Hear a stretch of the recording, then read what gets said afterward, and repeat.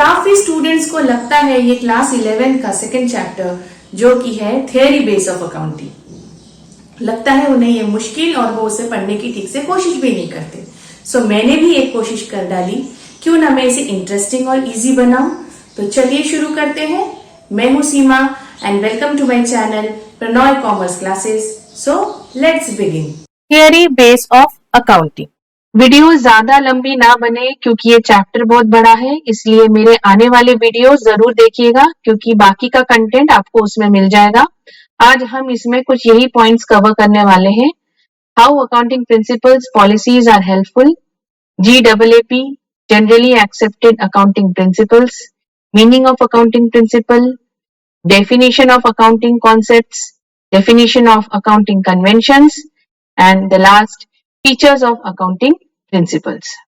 सबसे पहले definition of accounting जो कि पहले भी previous वीडियो में मैंने लिया है. It is concerned with recording, classifying and summarizing of financial transactions and interpreting and communicating to interested users. So why accounting policies, principles and practices appeared? To make accounting information reliable, meaningful and comparable. Reliable means भरोसेमंद। जैसे अगर एक firm अपना कोई अलग accounting policy follow करे, फिर दूसरा अपना ही कोई अलग accounting policies and principles follow करे, मींस फर्म्स अगर अलग अलग अपना कुछ भी पॉलिसीज एंड प्रिंसिपल्स फॉलो करे और हमें अकाउंटिंग इंफॉर्मेशन दे, तो क्या हम इन फर्म्स को आपस में कंपेयर कर पाएंगे? बिल्कुल नहीं। तो अकाउंटिंग प्रिंसिपल जो कि कॉन्सेप्ट्स हमें inter firm comparison and inter period comparison करने में भी हेल्पफुल होते हैं, जो कि होना बहुत जरूरी है ताकि फर्म्स एंटरप्राइज इंपॉर्टेंट डिसीजंस लेती है। इंटर फर्म कंपैरिजन होता है जिसमें एक फर्म का दूसरे फर्म या कई और फर्म्स के साथ कंपैरिजन कर सकते हैं और पता लगाया जा सकता है कि किसका परफॉर्मेंस बेटर है। इंटर पीरियड कंपैरिजन भी होता है जिसमें फर्म अपने प्रेजेंट पीरियड के प्रॉफिट को पिछले 2 या 3 या लास्ट या पास्ट पीरियड के प्रॉफिट से कंपेयर करती है और अगेन ये डिसीजन मेकिंग में एक्शंस लेने में हेल्पफुल होते हैं। इसलिए common accounting principles, conventions, policies सामने आए जिसे सभी फर्म्स या एंटरप्राइज फॉलो करती है। GAAP generally accepted accounting principles. तो accounting principles, concepts and conventions को हम जनरली एक्सेप्टेड अकाउंटिंग प्रिंसिपल्स भी बोला जाता है। यह थियरी बेस ऑफ अकाउंटिंग है जिसके बेसिस पर फाइनेंशियल स्टेटमेंट्स बनाए जाते हैं। The Institute of Chartered Accountants of India has issued accounting standards to standardize the accounting practices adopted to prepare financial statements. ICAI ने इसे इशू किया है ताकि अकाउंटिंग प्रैक्टिसेस को स्टैंडर्डाइज तरीके से कर पाए और अडॉप्ट करके हम फाइनेंशियल स्टेटमेंट्स बना सके। अकाउंटिंग प्रिंसिपल्स कंसिस्टेंट होते हैं, मतलब ऐसा नहीं होता कि एक फर्म को एक साल फॉलो करेगी और नेक्स्ट ईयर नहीं करेगी, ऐसा बिल्कुल नहीं है। इन्हें कंसिस्टेंटली फॉलो करना है, यूनिफॉर्मली सभी एंटरप्राइज को फॉलो भी करना है। इसे हम प्रिंसिपल्स या कॉन्सेप्ट्स, कन्वेंशंस, पोस्टुलेट, अजम्पशंस भी कहते हैं। तो प्रिंसिपल जिसे डिफाइन किया है bye American institute of certified public accountants is Principles of accounting are the general law or rule adopted or proposed as a guide to action, a settled ground or basis of conduct or practice. तो generally accepted accounting principles का मतलब है वो rules और guidelines adopted for recording or reporting of business transactions ताकि uniformity रहे in the presentation and preparation of financial statements.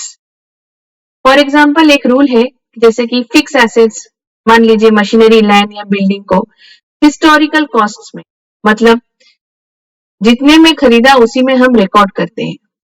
Market price में नहीं करते, ताकि हम उसको वेरीफाई कर पाएंगे कैश रिसीट मीन्स कोई भी कैश वाउचर या पेमेंट वाउचर से।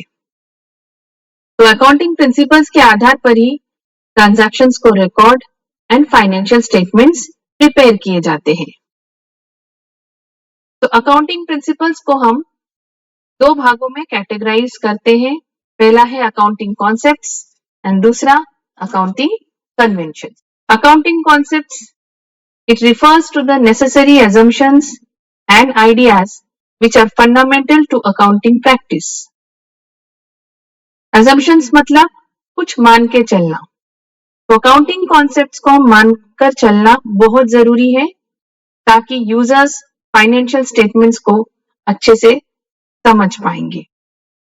अकाउंटिंग कन्वेंशंस मतलब customs or traditions as a guide to the preparation of accounting statements. Accounting conventions are the outcome of accounting practices or principles being followed by the enterprise over a period of time. Conventions में समय समय के साथ साथ कुछ बदलाव आते हैं, ताकि अकाउंटिंग इंफॉर्मेशन की क्वालिटी इंप्रूव हो सके। And the last is the features of accounting principles.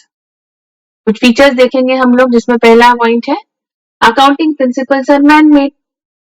Accounting principles तो इंसानों ने ही बनाया है, because they are the best possible suggestions. कुछ प्रैक्टिकल एक्सपीरियंस करके ही ये सजेशंस सामने आए हैं और उसके बेसिस पे ये अकाउंटिंग प्रिंसिपल्स बनाए गए हैं, तो they are man made. Accounting principles are flexible. Accounting principles are not permanent, because समय के साथ साथ बदलाव होना जरूरी है, तो they change with time. Third one, accounting principles are generally accepted. इन्हें एक्सेप्ट किया जाता है। तो these are the basis and guidelines for accounting. ये सब मैंने पहले भी बताया था, ये एक बेसिस है जिसके ऊपर, या ये गाइडलाइंस है जिसके बेसिस पे अकाउंटिंग ट्रांजैक्शंस किए जाते हैं, और ये जनरली एक्सेप्टेड है।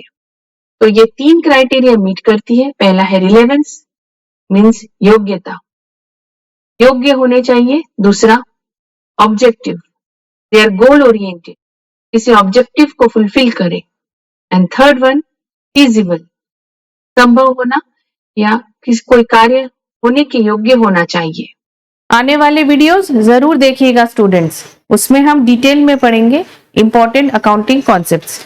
वीडियो पसंद आए तो लाइक, सब्सक्राइब एंड शेयर जरूर करिएगा। तब तक के लिए कीप लर्निंग, कीप स्माइलिंग।